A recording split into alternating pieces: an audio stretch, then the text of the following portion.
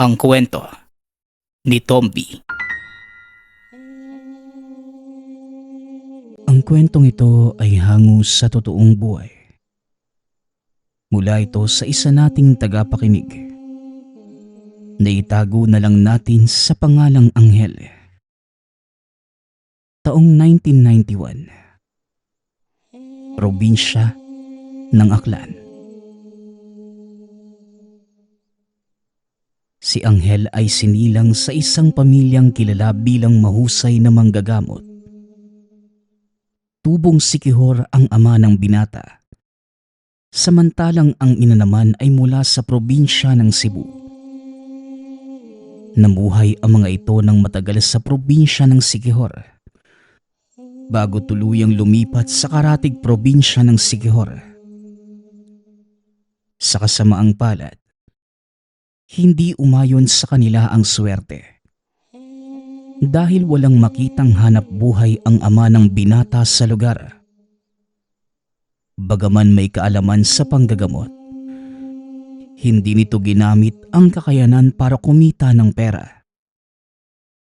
Ang dahilan ng ama ni Anghel, ang kakayanang taglay niya ay para makatulong sa iba at hindi para sa pansariling kapakanan. Bagay na palaging ipinapaalala ni Mang Tobal kay Anghel. Nag-iisang lalaki sa 6 na magkakapatid. Kaya naman ito ang inaasahan ng ama na magmamana ng kakayanan. Sa murang edad, hinasa ng matanda si Anghel, lalo na sa kumbate espiritual. Nagamit naman ito ng binata noong lumipat na sila sa probinsya ng Aklan. Nang mga panahong to, nasa elementarya pa lamang si Anghel. At dahil baguhan sa lugar, wala itong alam sa dialektong ginagamit ng mga kaklase. Madalas na pagtatawanan dahil tanging Tagalog lamang ang pamamaraan nito sa pakikipag-usap. Umaabot pa sa puntong pati ang mga guro kinukutya ang bata. Ano ka ba namang bata ka? Saan nga ba nanggaling? At simpleng lengguwahe lang hindi mo alam. Mananagalog ka pa.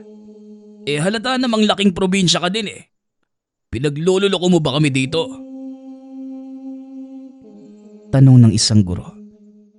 Natawagin na lang natin sa pangalang Sergorio. Madalas nitong kinukutya si Anghel. Dahil sa pilit itinutuwid ng binata ang dila sa pagsasalita ng lokal na dialekto. Sa mga ganitong pagkakataon, pinipili na lamang ni Anghel na manahimik. Hindi dahil sa natatakot ito, kundi dahil baka makapagbitaw siya ng salita na maaaring makasakit ng pisikal sa kanyang kausap. Sa mga hindi nakakaalam, si Anghel ay may kakayanang maglapat ng sumpa nang hindi hinahawakan ang isang tao. Ang tawag ng iba sa ganitong kakayanan, dilang linte, o sa Tagalog ay dilang kidlat. Ngunit ang talagang tawag sa ganitong uri ng kakayanan, malediksyon. May 2 uri ang kakayanang ito, masama at mabuti. Nakadepende na lamang sa taong nagbibitaw ng kung anong sumpa ang ibibigay sa kanya ng taong may ganitong kakayanan. Ngunit ng araw na yun, hindi na napigilan ng bata ang magsalita. Nasa ika-6 na baitang na si Anghel na mga panahong yun. 3 taon na niyang tinitiis ang ganong pagtrato sa kanya ng ibang tao. Mula pa sa mga pinanggalingan nilang lugar. At kung minsan, nasisisi pa nito ang mga magulang dahil hindi sila napipirme sa iisang lugar. Nakatayo si Anghel sa harap ng mga kaklase habang patuloy na ipinapahiya ng guro. Nagtatawanan pa ang mga batang nasa loob ng silid maging ang mga napapadaang kabataan humihinto upang panoorin ang ginagawa ng guro sa kanya. Uy bata, wala kang lugar sa klaseng to. Hindi, mali. Wala kang lugar sa bayang to. Dahil hindi ka makapagsalita ng diretsyo. Yun lang hindi mo magawa. Paano pa kaya ang ibang mga gawain? Kung ako sa'yo bata, huwag mo nang ipilit ang sarili mo sa paaralang to. Wika ng guro. Patuloy lang ang pananahimik ni Anghel na mga sandaling yon. Habang pilit na pinipigilan ang sarili, hindi nito namamalayang ikinuyom na pala niya ang kamao na kagad namang napansin ni Sergorio. O ano? Susuntukin mo ako?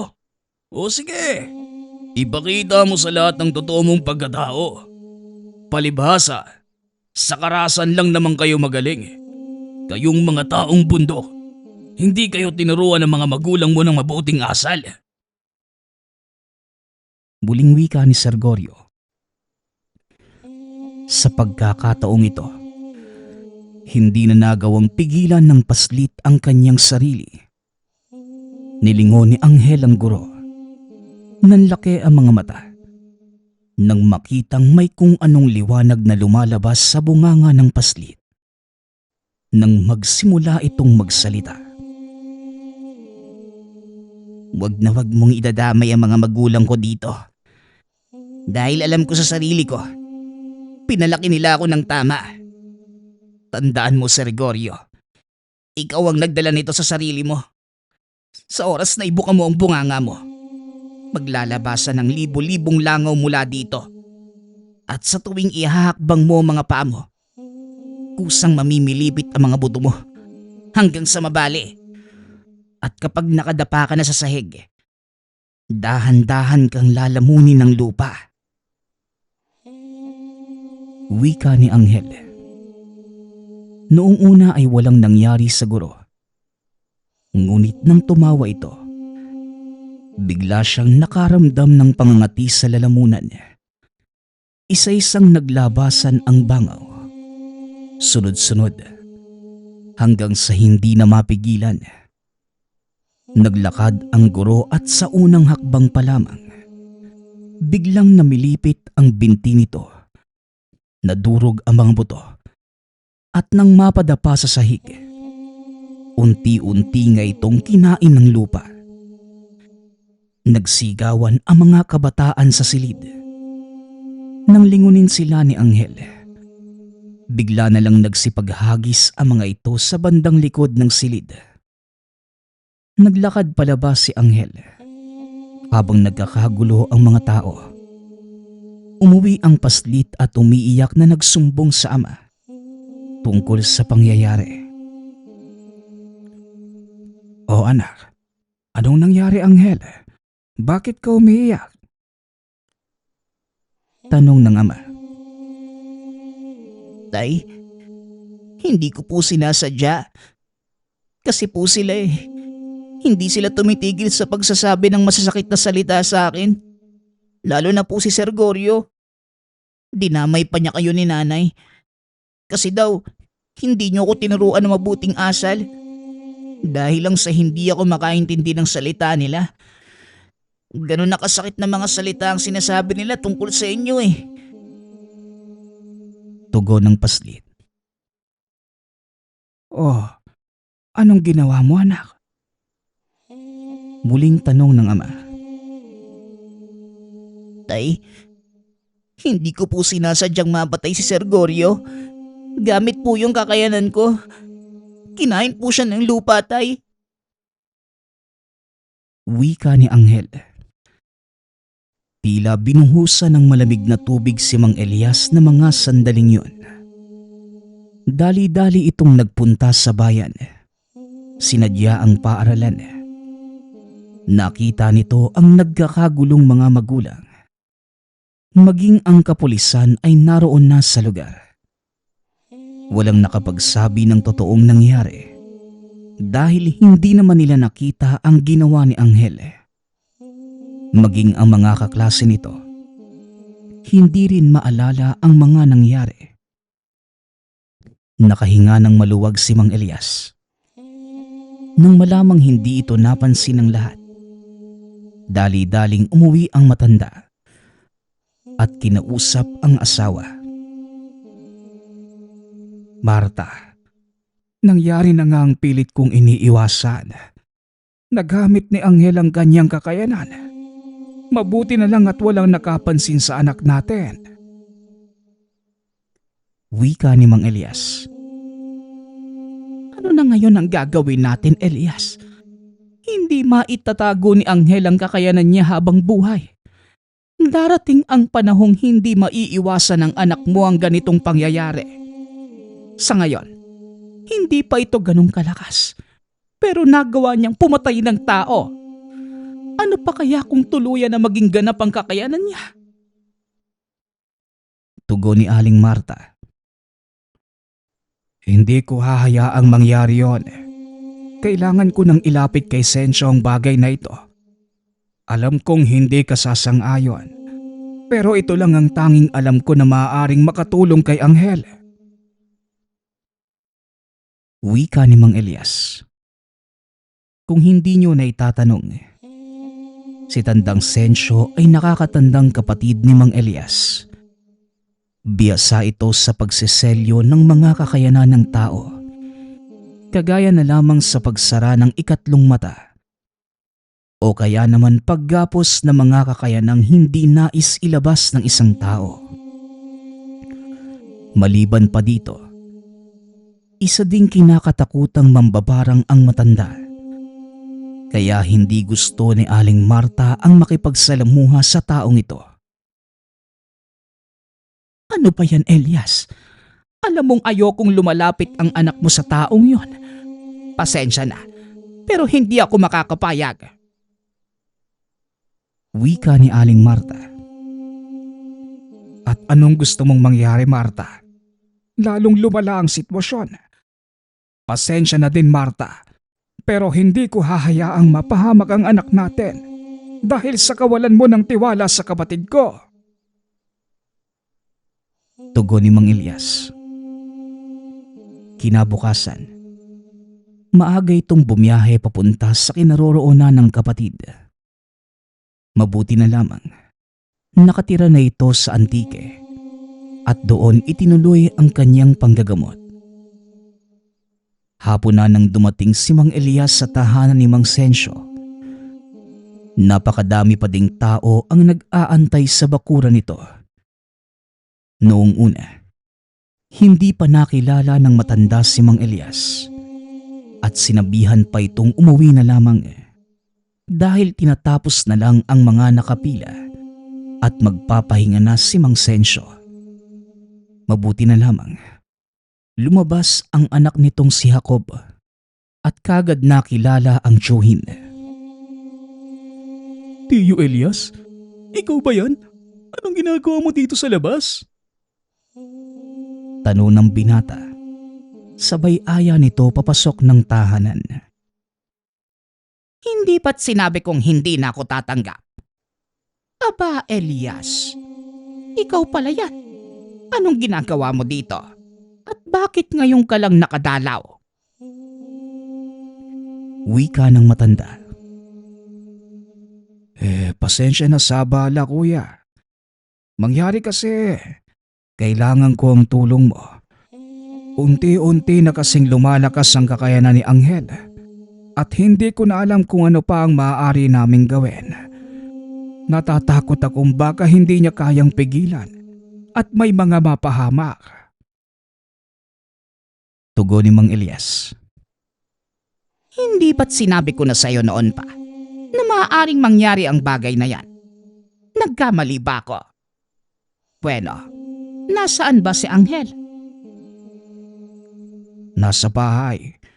Hindi ko na muna pinapalabas dahil may nangyaring hindi maganda at siya ang may kagagawan. Napatay ni Anghel ang guro niya gamit ang malediksyon. Wika ni Mang Elias.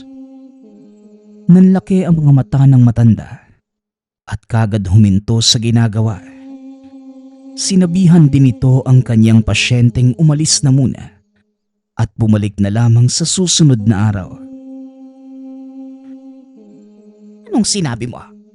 Nakapatay na si Angel. Alam mo ba ang ibig sabihin nito, Elias? Nag-iisip ka ba? Hindi ba't kabilin-bilinan ko sa'yo na huwag mong hahayaang kumawala ang kapangyarihan ng anak mo dahil maaari siyang makapatay dahil lang sa sobrang galit. Ngayon, hindi ko na alam kung paano ako makakatulong sa'yo. Pero Jacob, maghanda ka at bukas na bukas, sasama tayo sa Tiyo Elias mo. Wika ni Tandang Sensyo. Anong gagawin ko, Manong? Dadalhin ko ba dito si Angel? Tanong ni Mang Elias. Hindi na kailangan. Ako na ang pupunta sa inyo. Isa pa, matagal na din akong hindi nakakapasyal. Tugon ni Mang Sensyo. Dahil gabi na ng mga oras na yon, pinili na lamang ng mga ito na ipagpabukas ang pagbiyahe. Kinabukasan, madilim pa lamang ay tumulak na ang magkapatid pabalik ng Aklan. Medyo mahaba ang biyahe pabalik, kaya inabot sila ng tanghali. Hindi pinapapasok ng ina si Angel dahil natatakot itong baka maulit ang nangyari. Mabuti naman at hindi mo muna pinapasok si Angel. Kailangan siyang makausap ni Manong Sensyo. Magtiwala ka lang, Marta, dahil para naman sa ikabubuti ni Angel ang gagawin ko. Wika ni Mang Elias. Hindi na tumutol pa si Aling Marta. Hinayaan na lamang nito si Mang Elias na gawin ang nararapat.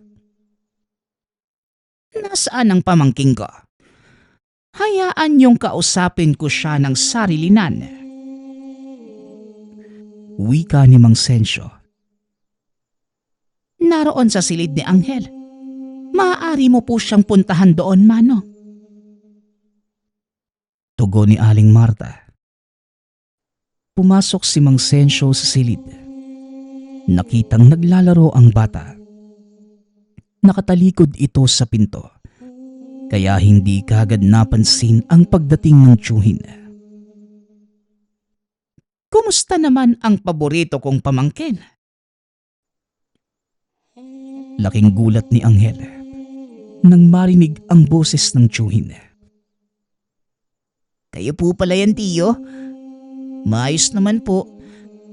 Kaso, may nagawa po kong hindi maganda eh. Wika ni Angel at bigla na lamang itong umiyak. Huwag mo munang isipin ang mga bagay na yon, iho. Ang mahalaga, nasa maayos kang kalagayan. At isa pa, kasalanan din yon ng mga taong nasaktan mo. Narinig ko ang kwento mula sa iyong ama, kaya alam ko ang totoo. Pero tama ka, hindi nga maganda ang ginawa mo. At masaya kung alam mo yon. Tugon ni Mang Sensyo. Tiyo, pwede bang isama niyo na lang po ko? Kasi ang daming galit sa akin dito eh. Kung ano-ano yung sinasabi nila sa akin, Tiyo. Minsan, sinasaktan pa nila ako. Pagpapaliwanag ng paslit. Ganon ba? O sige, kakausapin ko ang mga magulang mo. Pero sigurado kung hindi papayag ang nanay mo, ha? Ako na po yung bahalang magpaliwanag kay nanay, Tiyo. Basta, isama niyo na lang po ako. Wika ng paslit. Kinausap ni Mang Sensyo ang mag-asawa. Hindi nito inaasahan ang isasagot ni Aling Marta. Gawin mo ang nararapat, Manong. Kung kami lang, wala na kaming magagawa. Hindi kayang kontrolin ni Elias ang kakayanan ni Angel. At malaki ang tiwala ng asawa ko sa iyo, Manong. Kaya kung kailangan mong isama si Angel, sige na, pumapayag na ako. Tugon ni Aling Marta. Tuwang-tuwa naman si Anghel nang marinig ang sinabi ng ina.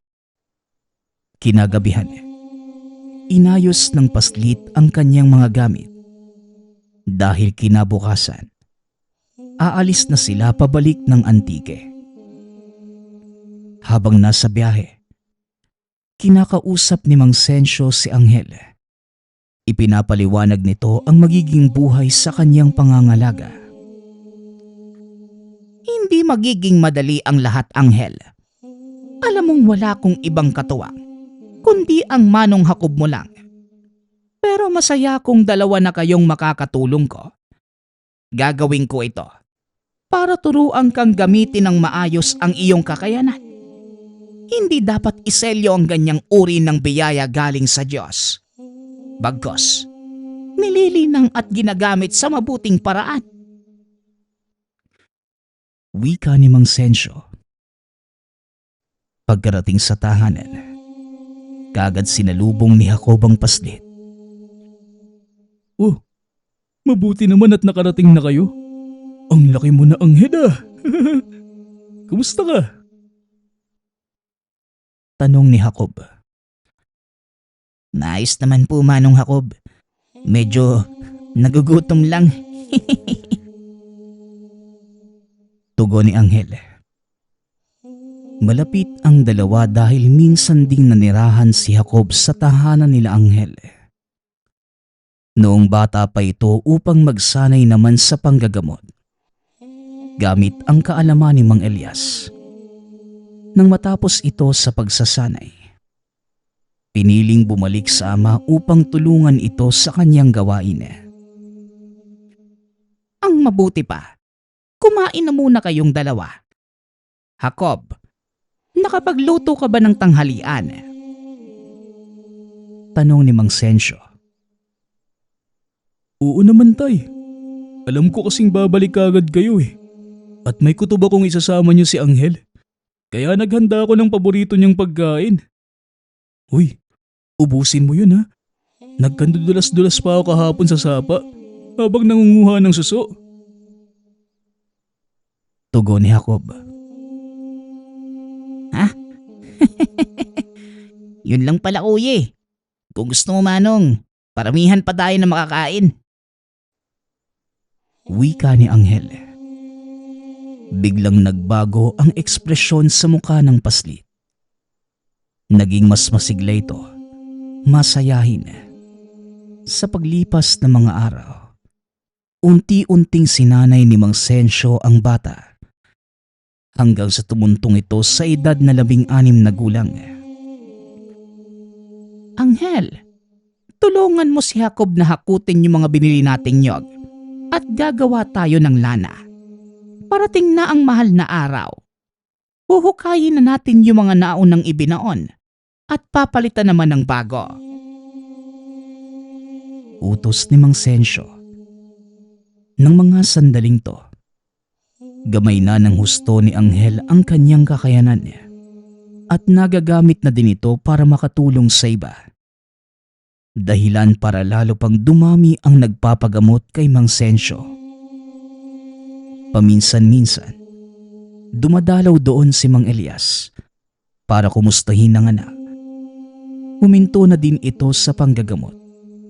Pinili na lamang na atupagin ang kanilang lupang sakahan na ibinigay ng pamahalaan. Opo, tiyo. Kami na din po ang magkakayod at pipiga. Tugon ng binata. Talaga namang maaasahan kayong dalawa ng Manong Jacob mo.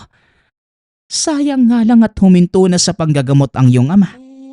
Pero hindi bali na. Nandiyan ka naman para ituloy ang sinimulan niya eh. Wika ni Mang Sensyo. Napangiti na lamang si Anghel dahil pangarap nitong sundan ang yapak ng ama. Alam ko po yun, tiyo. At wala pong masamang pangarapin ng mga pangarap din sa akin ni tatay. Sige po ha. Haakutin ko na po muna yung mga nyog para pagdating ni Manong Jacob, makapagsimula na kami sa paggayod Wika ng binata. Naging masaya ang pananatili ni Anghel sa lugar dahil alam nitong may silbi siya at kahit papano kinasisiyahan ng mga tao sa lugar. Nawala na din ang takot nitong baka makasakit ng iba. Ngunit kahit na anong gawin nitong pag-iwas, hindi pa din nawawala ang mga taong sadyang hinahamon ang pasensya ni Anghel. Naganap ang pangyayaring ito nang minsan silang nakidayo ng gamutan sa kabilang bayan. Isinama ni Mang Sensyo ang dalawa dahil biktima ng isang malakas na mambabarang ang pasyente at bahagi ito ng pagsasanay ni Anghel. Kaya namang ginusto din ng binata na sumama. Habang naghahanda, napansin ni Anghel ang isang lalaking panay ang tingin sa kanya. Hinahayaan niya lamang ito. Nagpatuloy sa ginagawa. Sa kalagitnaan ng gamutan, nakita ni Anghel ang parehong lalaking pumasok sa tahanan. At sa pagkakataong yon, lumapit ito kay Mang Sensyo. Wala namang ginawa o sinabi ang lalaki. Ngunit biglang napaangat ang tingin ng matanda. Tinignan nito si Jacob at Anghel. Dito na napagtanto ng binata na may hindi magandang nangyayari. Bigla itong tumakbo palabas ng tahanan. Dali-daling hinabol ni Jacob. Sinunda ni Anghel ang dalawa at nakitang nagpapambuno sa bakuran. Hindi alam ni Anghel ang gagawin ng mga sandaling yon. Kaya nagbitaw ito ng tigalpo upang mapigilan ang lalaki. Ngunit sa kasamaang palad, pati si Jacob ay tinamaan, kaya hindi nito nagawang igalaw ang katawan. Pambihira ka naman, Anghel. Bakit pati ako dinamay mo naman? Wika ni Jacob. Dali-daling kinalas ng binata ang tigalpo, dahilan para makatakas ang lalaki. Pasensya na Manong imbis na makatulong, lalo pang lumala yung sitwasyon. Teka, sino po ba yung lalaking yun? Tanong ng binata. Malamang kasama ng mambabarang. Bilisan mo. Kailangan natin siyang habulin. Hindi siya dapat makarating sa mambabarang. Teka, may gagawin ako pero wag kang magsusumbong kay tatay. Tugon ni Jacob. Ano po ba yun Manong? Baka mamaya malintikan tayo kay Tio Sensyo Tanong ni Anghel. Hindi yan. Basta wag kang magsusumbong Siguradong matutuwa pa nga siya sa gagawin natin Tugon ni Jacob. Wala namang nagawa ang binata, kundi ang sumang-ayon sa plano ng pinsan. Sinunda ng mga ito ang lalaki, ngunit nahirapan silang hanapin kung saan ito nagpunta dahil wala man lamang naiwan na bakas. Saan natin ngayon nahanapin ang taong yung kuya? Ni hindi mo nga alam ang pangalan nun Tanong ni Anghel. Huwag kang mag-alala. Dahil hindi lang sa pangalan pwedeng makilala ang tao. Eto. Tugon ni Jacob. Sabay pakita ng hibla ng buhok na nakuha sa lalaki. Nang magbuno sila, naglabas din ito ng maliit na buho ng kawayan. Nanlaki ang mga mata ni Anghel nang makita ang laman nito. Maliit na uwang? May alangkad din pala sa barang kuya? Tanong ng binata. Malamang mambabarang ang tatay ko, di ba? Tugon ni Jacob. Mabilis na inusala ng dasal ni Jacob ang uwang. Itinali ang buhok na nakuha sa binti nito. Matapos ay pinalipad ang alaga. Tapos, anong gagawin natin dito kuya? Mag-aantay tayo. At habang ginagawa natin yun, balikan muna natin si tatay. Iiwanan ko na lang ang buho dahil dito din babalik yung alaga ko maya-maya lang. Wika ni Jacob. Pagpasok ng tahanan, sakto namang tapos na sa panggagamot si Mang Sensyo. Nagawa nitong pagalingin ng pasyente, ngunit hindi natunton ang may gawa. Ano nang nangyari doon sa hinahabol nyo? Ang buong akala ko mahuhuli nyo na. Pero, ay nako. Tanong na matanda habang nakatitig kay Anghel. Pasensya na po tiyo. Hindi ko po sinasadyang matamaan pati si Manong Jacob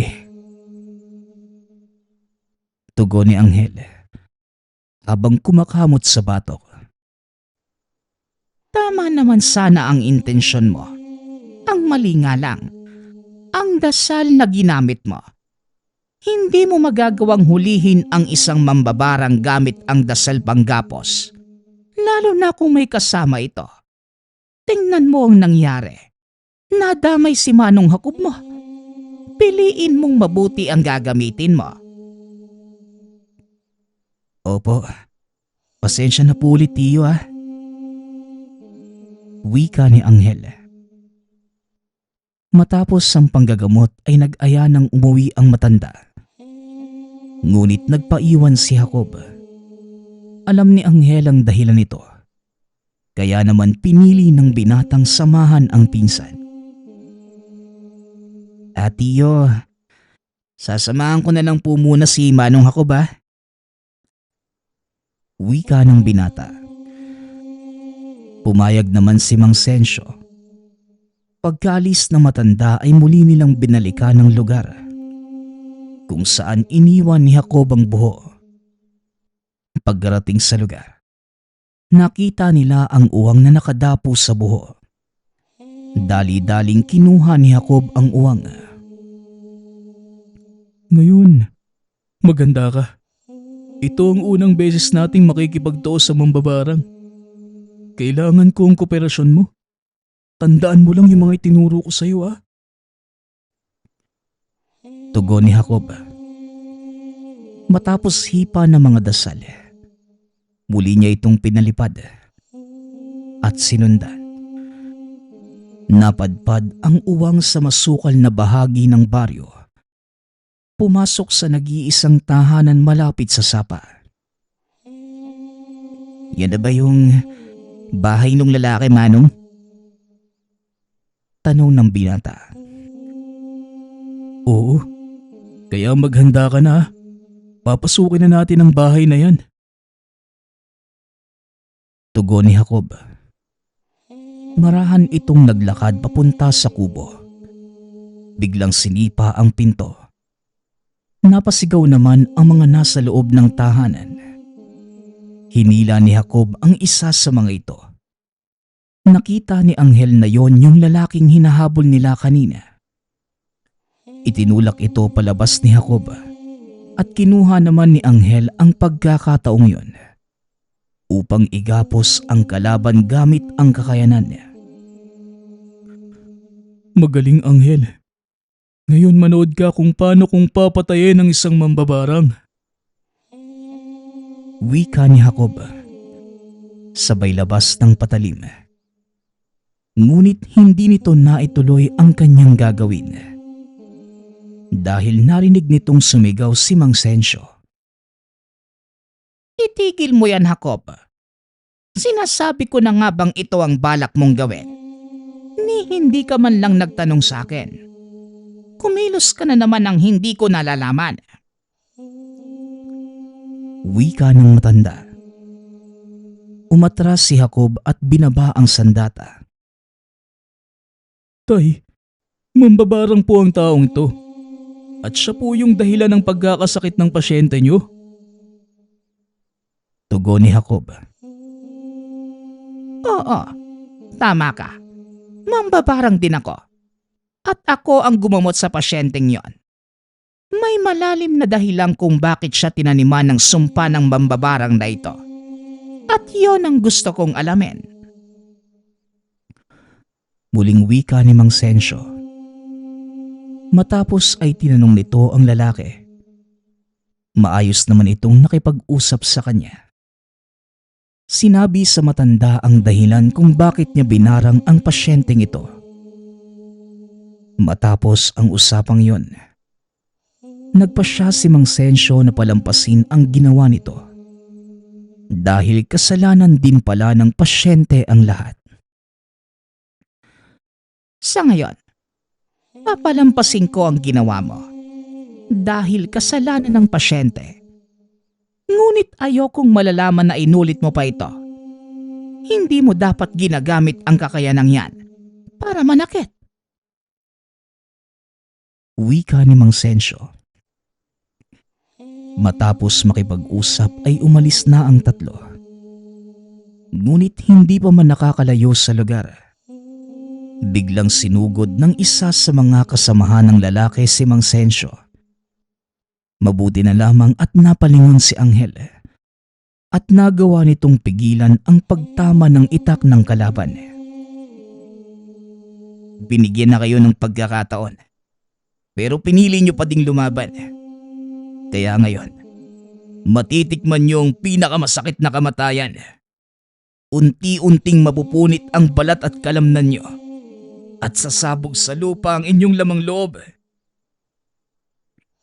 Wika ng binata. Matapos itong sabihin, biglang napaatras ang lalaki. Napasigaw. Lalo na nang makita nitong unti-unting nagkakaroon ng sugat ang palad. Hanggang sa kumalat ito sa buong katawan. Biglang sumabog ang katawan nito na parang bomba. At kagaya ng sinabi ni Anghel, nagkalat sa lupa ang lamang loob ng taong yun. Nagsigawan na din ang mga naiwan sa loob ng tahanan. Dahil maging ang mga ito, nadamay sa sumpang binitawan ni Anghel. Hindi nakapagsalita si Mang Sensyo dahil nakita nito kung gaano kalakas ang taglay na kapangyarihan ng salita ni Anghel.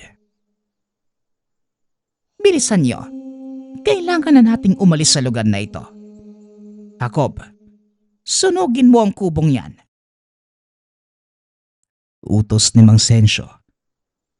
Dali-dali namang kinuha ng binata ang nakasinding sulo sa loob ng tahanan. Inihagis ito sa sahig na kawayan. Mabilis na kumalat ang apoy hanggang sa tuluyan ng natupok ang buong kubo. Pagkarating sa tahanan, kinausap ni Mang Sensyo ang dalawa. Nakita niyo kung ano ang kayang gawin ni Anghel. Ito ang palagi kong sinasabi sa iyo, Jacob. Hindi ko gustong kumikilos kayo nang hindi ko alam. Paano na lang kung wala ako doon? Hindi lang ang mga mambabarang ang maaaring mapahamak, kundi ang lahat ng mga elementong nakarinig ng binitawang sumpa ni Anghel. Wika ng matanda. Ngayon, naiintindihan ko na po, tay. Alam ko na po kung bakit hindi dapat basta-bastang magbitaw ng sumpa si Anghel. Dahil nagkakatotoo kaagad ang mga ito. Tugon ni Jacob. Huwag niyo na pong pagalitan si Manong Jacob, tiyo. Sinadya ko pong gawin yon. At hindi po dahil sa galit. Nakita ko pong binigyan niyo ng pagkakataon yung mga mambabarang Pero pinili pa din nila ang mamatay. Kaya ibinigay ko po sa kanila ang nararapat na kaparusahan. Kontrolado ko na po ang kakayanan ko. At alam ko na kung kailan gagamitin. Kaya wala po kayong dapat ipag-alala, tiyo. Kahit na Anghel, hindi mo alam ang takbo ng isip ng mga tao. Sa oras na malaman nilang may taglay kang ganyang kapangyarihan, mauulit lang ang nangyari 5 taon na ang nakakaraan. Wika ni Mang Sensyo. Bagay na nauunawaan naman ni Anghel. Kaya pinili na lang nitong pigilan ang sarili.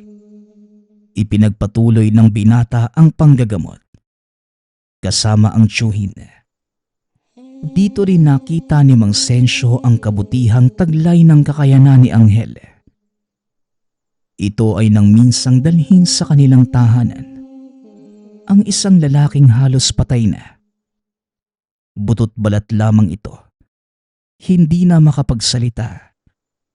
Inilahad ng asawa ng pasyente ang nangyari. Napag-alaman ni Anghel na manlalason ang may kagagawan. Nakita din ito ang dalawang maliliit na paslit na naging dahilan ng binata para muling gamitin ang kakayanan. Huwag na po kayong mag-alala. Simula sa araw na to, unti-unting manunumbalik ang lakas ng asawa ninyo. Muli siyang makakalakad at magagawa mga bagay na ginagawa niya dati. Wika ni Anghel. Matapos yon, hinawakan nito ang kamay ng pasyente. Dahil gabi na ng mga sandaling yon, hindi na pinauwi ni Mang Sensyo ang mga ito.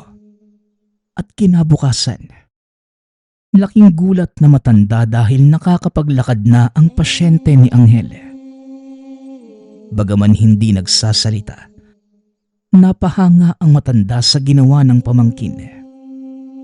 At dahil sa kaganapang yon, lumaganap sa lahat ang kakayanang manggamot ng binata. Dumagsa ang tao sa kanilang tahanan. Hindi naman ito magawang tanggihan ni Mang Sensyo dahil sa sinumpaang tungkulin bilang manggagamot. Dahil sa biglaang pagsikat ni Anghel, marami din ang nainggit. Ang ilan ay sinubukan pang siraan ang binata. Umabot pa sa puntong nakakatanggap sila ng mga banta sa ilang manggagamot dahil naaapektuhan na ang hanap buhay ng mga ito. Inako, mukhang marami tayong nasasagatsaang manggagamot mula sa ibang bayan ha. Heto, at nakatanggap na naman ako ng sulat. Pagbabanta ito sa buhay mo, Anghel. Kaya mag-iingat ka, lalo na sa pag-alis ng mag-isa. Wika ni Mang Sensyo. Alam ko naman po yun, tiyo. Kaya nga mas pipiliin ko na lang na manatili dito sa bahay. Kahit alam kong kaya ko namang protektahan ang sarili ko. Tugon ng binata. Ngunit kahit anong gawin itong pag-iwas, maging sa tahanan ni Mang Sensyo, dinalaw pa sila ng mga manggagamot na malaki ang inggit kay Anghel. Nang minsang abala sa panggagamot ang binata, biglang dumating ang isang matanda. Pinahinto nito ang ginagawa ng binata. Nagsalita sa harap ng napakaraming taong nag-aantay. Patuloy niyo pa ding tinatangkilik ang gawain ng binatang ito. Kahit alam niyo na may sa demonyo ang kanyang kapangyarihan. Hindi ba kayo nagtataka kung bakit mabilis gumagaling ang kanyang pasyente? Yun ay dahil inaalay ng binatang ito ang kapiraso ng kaluluwa niyo sa demonyo. Wika ng matandang lalaki. Biglang napatayo si Mang Sensyo sa sinabi ng matanda. Nakatitig lang ito kay Anghel habang pinakikiramdaman ang magiging kilos ng pamangkin. Nanatiling kalmado si Anghel sa kabila ng mga kasinungalingan ng matanda. Pinili pa din itong makipag-usap ng maayos. Hanggat maaari po, iwasan niyo ang maling impormasyon. Hindi totoo yung sinasabi niyo at kaya kong patunayan yon. Kaya pakiusap lang ho. Umalis na kayo bago pa tuluyang lumala ang sitwasyon. Wika ni Anghel. Abat, pinagbabantaan mo ba ako, bata? Kaya ko ding patunayan ang sinasabi ko. At kung gusto mong magkasubukan tayo ngayon, walang problema. Handa akong harapin ka. Dahil isa sa mga katungkulan ko ay ang puksain ng mga demonyong naggalat sa ibabaw ng lupa. Tugon ng matanda. Sa pagkakataong yun, si Mang Sensyo na mismo ang sumagot. Sumusobra ka na, Karyo. Wala nang katuturan ng mga sinasabi mo. Kaya umalis ka na lang dito. Wika ng matanda. Ngunit tinawanan lang ito ni Mang Karyo. Alam ko din namang kakampihan mo ang pamangkin mo. Patunay lang na isa ka din sa mga taong sumasamba sa demonyo. Huwag mong ikaila na isa kang mambabarag. Dahil lalo mo lang papatunayan sa lahat na isa kang sinungaling. Tugon ng matanda. Hindi ko kinakaila ang kakayanan ko. At para sa kaalaman mo, pambabarang ang ginagamit kong paraan para manggamot.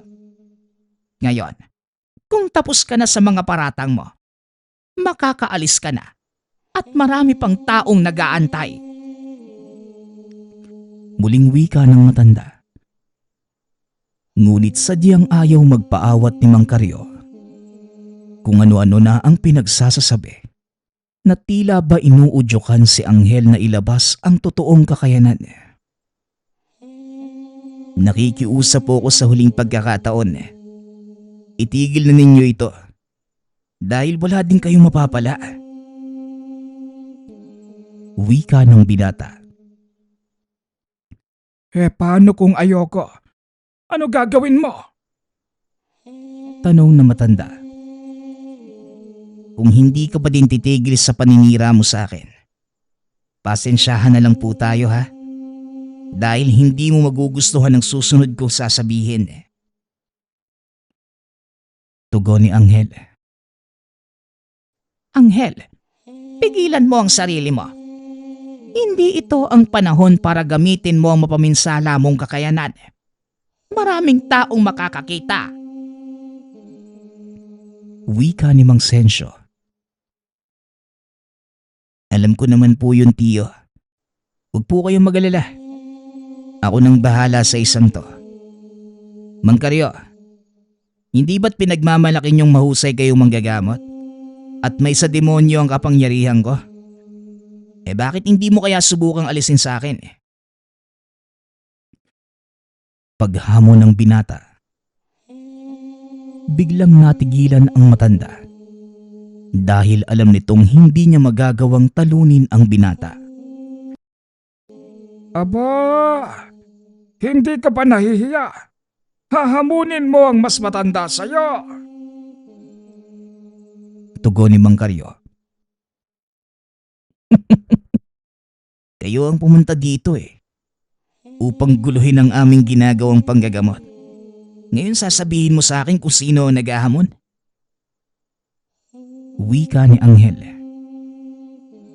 Dahil maraming taong nakikinig at ayaw mapahiya ng matanda, tinanggap nito ang hamon ng binata. O sige, tinatanggap ko ang hamon mo. Huwag mo lang akong sisisihin sa mga mangyayari. Maaari mong ikamatay ang gagawin ko. Tugon ng matanda. Huwag po kayo mag-alala, Mang Karyo. Dahil hindi ako natatakot mamatay kung sakasakali man. Wika ni Anghel. Naupo ito at hinayaang magsimula ang matanda sa pagtanggal ng kakayanan ng binata. Nagumpisa ito sa pag-uusal ng mga dasal. At doon pa lamang, naramdaman na ng matanda ang kakaibang lakas ng binata. Ano, Mang Karyo? Mukhang aabutin tayo ng siyam-siyam dito . Kaya mo pa ba? Tanong ni Anghel. Marahimik ka. Nga pala, Manong, Nakalimutan kong sabihin sa inyo na sa oras na hindi nyo matanggal ang kakayanan ko, may mangyayaring hindi maganda sa inyo. Hindi ko na lang ho sasabihin ha. Kayo na lang po mismo ang tumuklas. Kaya kung ako sa'yo, pagbubutihan ko kung anong gagawin ko. Pangaasar ng binata. Hanggang sa mapagtanto ni Mang Karyo na wala na itong magagawa pa. Kaya naman bumunot ito ng patalim at inambahan ng saksak si Anghel. Sinasabi ko na nga bang huwad kayong manggagamot eh. At dahil pinagbantaan niyo ang buhay ko, hindi ko kayo palalampasin. Yang kamay niyong may hawak ng kutsilyo, unti-unting kakainin ng mga uod at ang buong katawan niyo matutuyo na parang balat ng kahoy. Sa oras na malapatan ng tubig, makakaramdam kayo ng matinding hapde. At sa tuwing kikilos kayo, magbibitak-bitak ito. Wika ng binata. Dahan-dahan, naramdaman ni Mang Karyo ang pananakit sa kanyang kamay. Maging ang balat sa kanyang tiyan, unti-unti na ding natutuyo, kagaya ng sinabi ni Anghel. Nakita ito ng mga tao, ngunit hindi nila narinig ang mga sinabi ni Anghel. Kaya inakala nilang gawa din ito ni Mang Karyo para sirain ng husto si Anghel. Sinubukan pang tumakbo ng matanda, ngunit hindi na din ito nakalayo.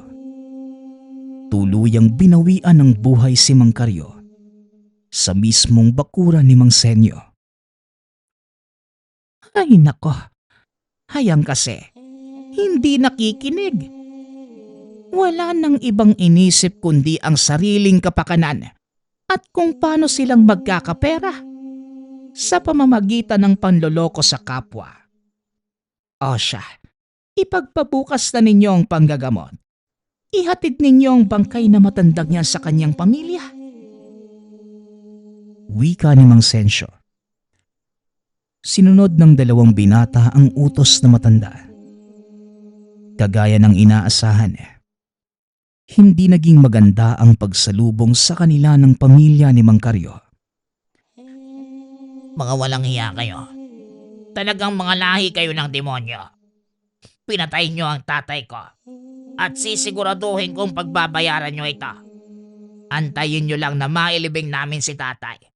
At magsisimula ang kalbaryong hinahanap nyo. Wika ng anak nito na si Totong. Matapos makipag-usap, umuwi na ang dalawa at binalita ang sinabi ng anak ni Mang Karyo. Normal lang na reaksyon ng kanyang mga kaanak ang magalit. Kailangan nating paghandaan ang gagawin nilang pagganti. Wika ni Mang Sensyo. Handa naman po ako sa gagawin nila eh. Wala naman po tayong ginawang mali. Kasalanan din naman ng matandang yun ang lahat eh. Tugon ni Anghel. Ang masama nito, hindi natin alam ang kanilang gagawin.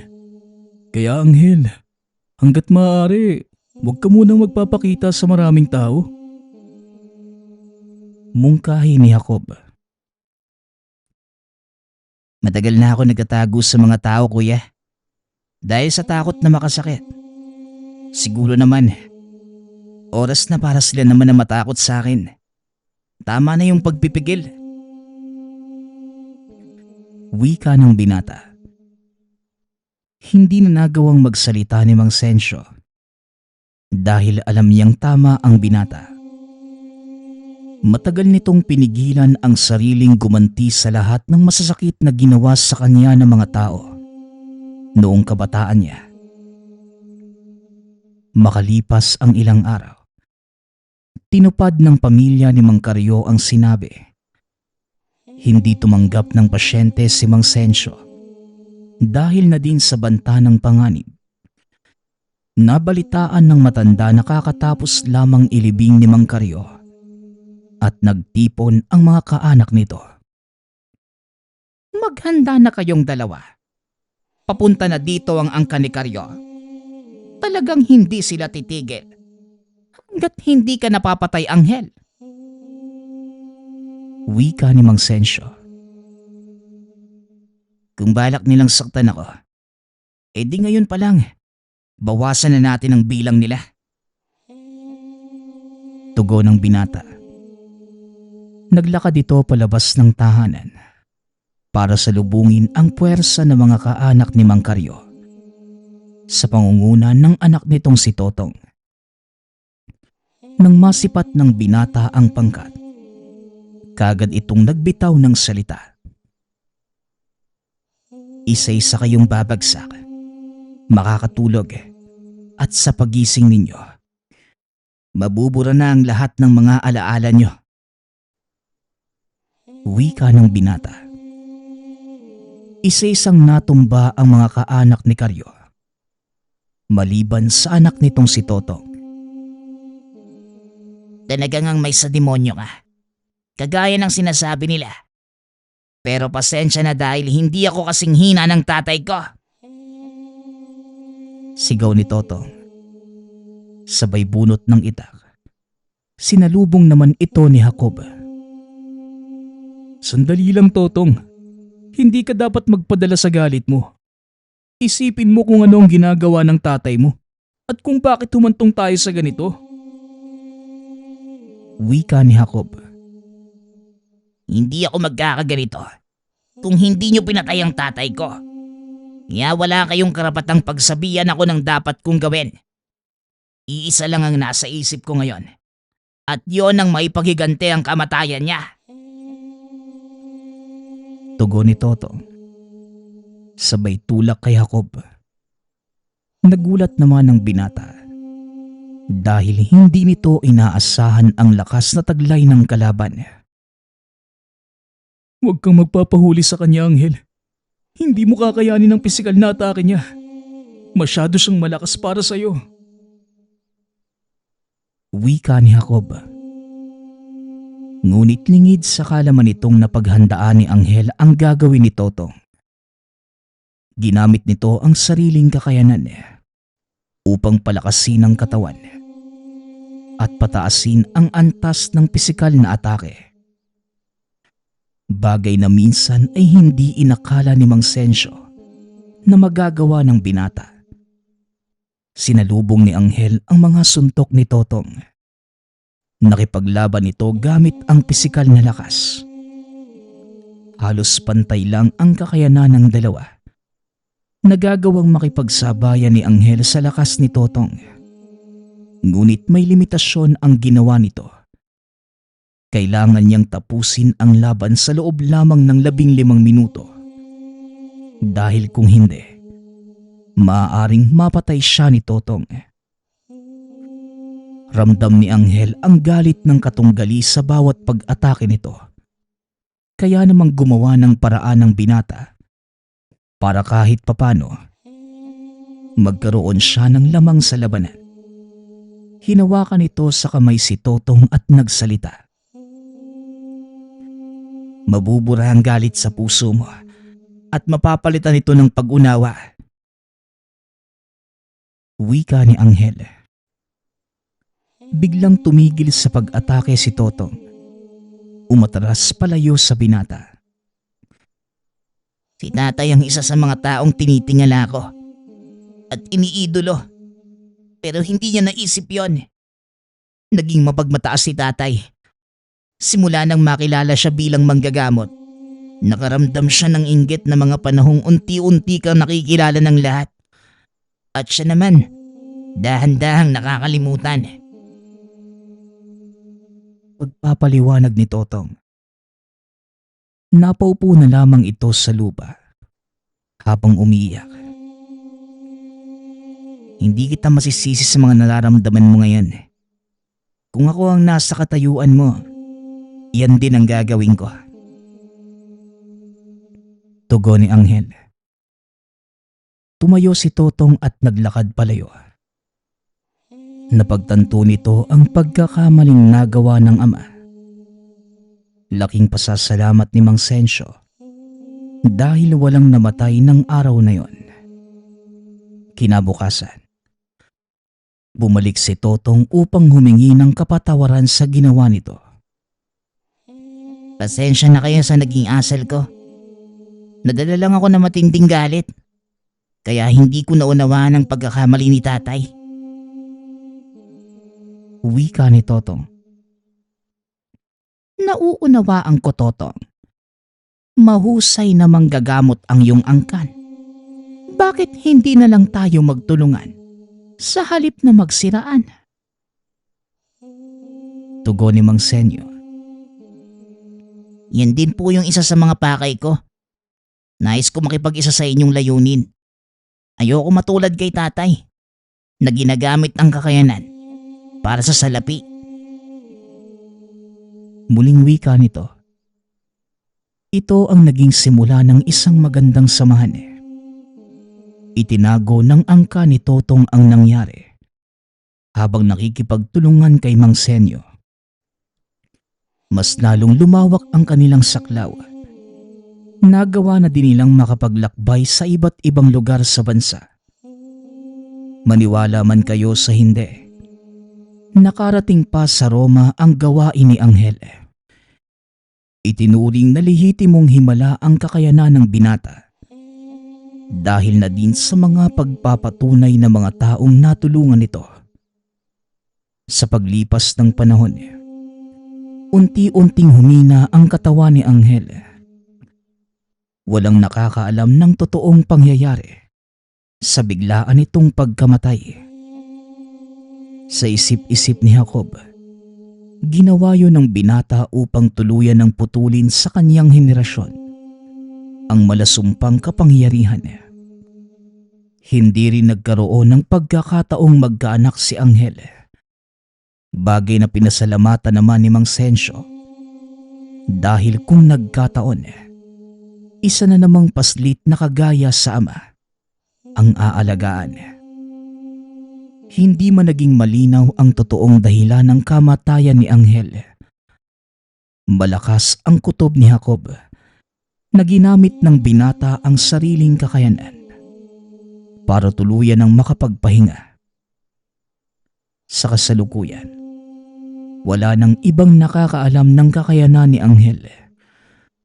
Bukod tangi ito sa lahat ng mga abilidad na makukuha ng isang tao mula sa mutya o hindi naman sa pag-aaral ng lihim na karunungan. Lumipas ang marami pang taon. Tuluyan ng nakalimutan ang tungkol kay Anghel.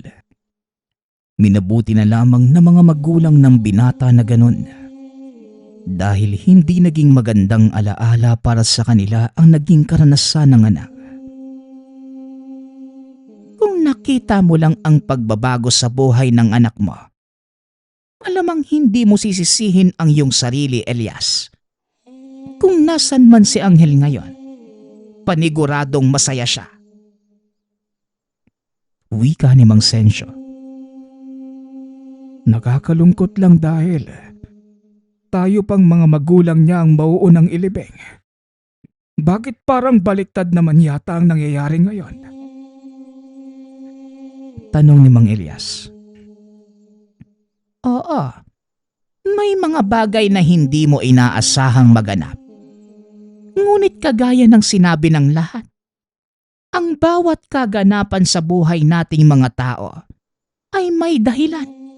At alam kong alam mo din yon. Tugon ni Mang Sensyo.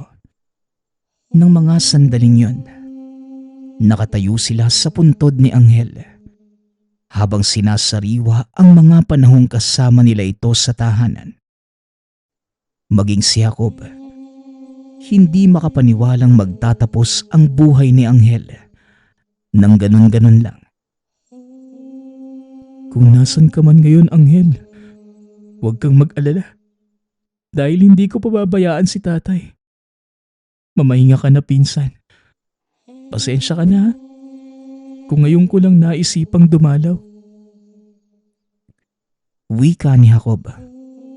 Sabay lapag ng dala nitong kakanin at mangkok na punong-puno ng ginataang suso. Yun na ang huling beses na nagpunta si Jacob sa lugar. Dahil lumipat na ng tirahan sa syudad ang mag-ama.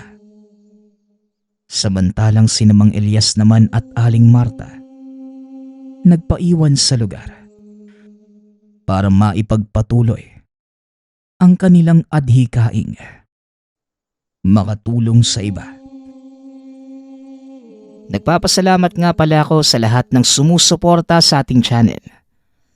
Nawa ay patuloy niyong suportahan at pakinggan ang ating mga kwento. Hanggang sa muling pakikinig.